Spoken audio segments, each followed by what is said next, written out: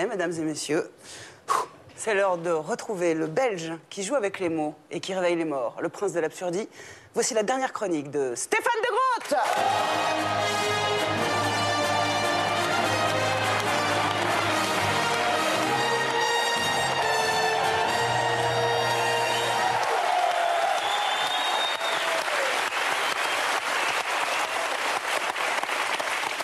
Montre-nous comment faire.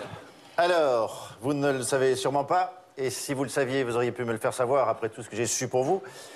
Mais en ce jour de la Saint-Jean, j'arrête de bûcher sur feu nos chers disparus, de construire des monuments homo, et tire donc mon dernier joint. Mon dernier mois avec toi, quoi. Marquant ainsi la fin d'une formidable aventure, le début d'une apprêture, et une nouvelle devanture, pour ceux qui voudraient faire dans le détail.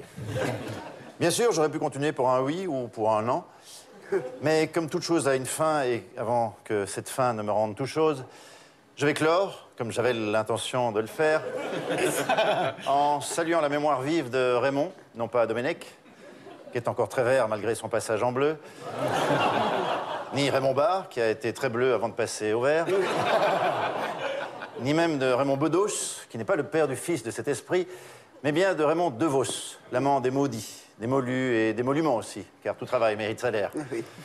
Ce plateau s'étant naturellement transformé en une sorte de forum de Devos, je n'ai pas dû aller bien loin pour faire avec Raymond un point carré, pour la forme, sur la mer du mot, la mort de l'air, la mer d'Adamo.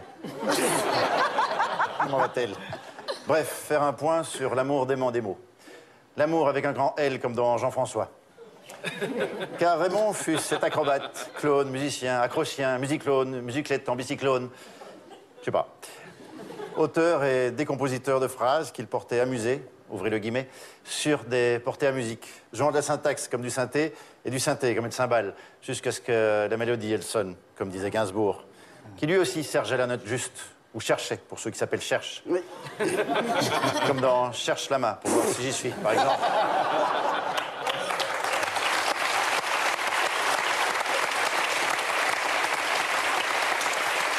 Ah, quelle formidable fête cela fut de jouer en votre compagnie au chat et au sourire, avec cette soutenable légèreté des lettres. Si personne ne la comprend, on la comptera au montage. Ouais. Triturer ces lettres, les malaxer, les assembler pour en faire un mot, la coucher ensuite sur le papier, glosser et lui donner sens, unique, interdit. Le mettre à l'endroit, à l'envers, à l'envie, à l'improste, histoire de trouver la bonne formule. Le polir, l'impolir, pour enfin lui faire prendre la prose. Mot de Dieu, comme ce fut bon. À force de me prendre au jeu, puis de me prendre au mot, puis de me prendre la tête, ben, je me suis pris des mots de tête, forcément. En même temps, j'en ai toujours eu. Ça remonte à mon père, qui a mis graine. Et à mes pères aussi, qui ont migré vers le plaisir de cette écriture libre et joyeuse, sérieusement absurde.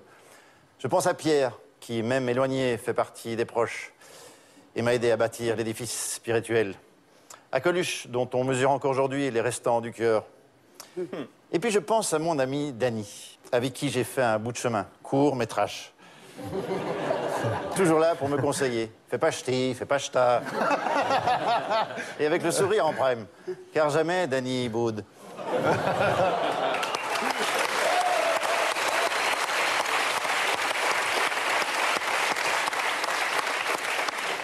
Il y a lui, il y a elle et puis les autres.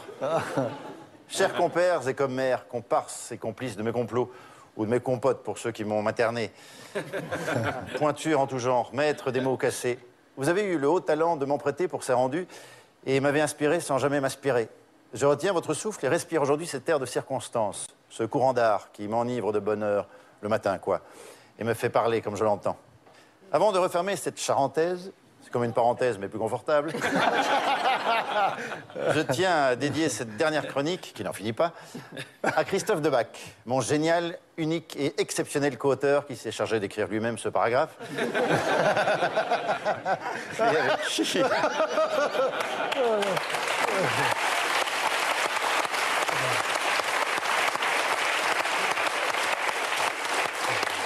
Et avec qui j'ai navigué sur ces discours fleuves. À Elsa de Seigne, grâce à qui l'hémoglobine, ce qui ne veut absolument rien dire, mais comme ça l'a dit, on s'en fout. Et puis pour reprendre la préface de mon livre, je dédie aussi cette der à ma mère, qui a fait de moi un fils, à ma femme Odile, qui a fait de moi un mari, et avec qui je suis en phrase depuis près de 15 ans, À mes filles, mes joyaux, mes joyeuses, qui ont fait de moi un père. À ces femmes qui ont fait de moi un homme. À vous, vous là qui me regardez, qui avez fait de moi ce que je suis devenu. À Canal, qui m'a décodé et offert... Eh oui. Qui m'a décodé et offert cette tribune, même si j'aurais préféré une yaourtière, hein, question de rangement. Et puis à toi, Maïtena, que vais-je faire? Ben oui, je ne pouvais quand même pas finir sans te faire un dernier petit béco. Alors voilà, à vous tous, je vous le dis le plus simplement du mot, merci. Et puis, comme disait l'autre, Raymond-nous vivant.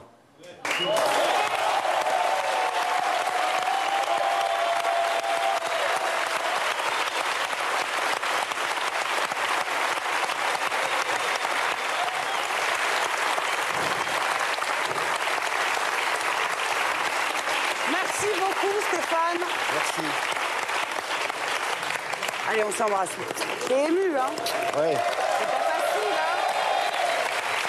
Merci à vous tous. Le mot de la fin? Un mot. Le mot de la fin. Encore. Merci à tous les Belges qui sont sur ce plateau. Merci à tous ceux qui ne le sont pas. Belges. Merci à vous, Dany, d'avoir été avec nous. Merci, David. Merci David, merci pour cette émission cadeau. Bah ouais, c'est cadeau. Merci, David. À dimanche prochain pour un nouveau numéro du Supplément. Salut à tous. Et bonne route à toi.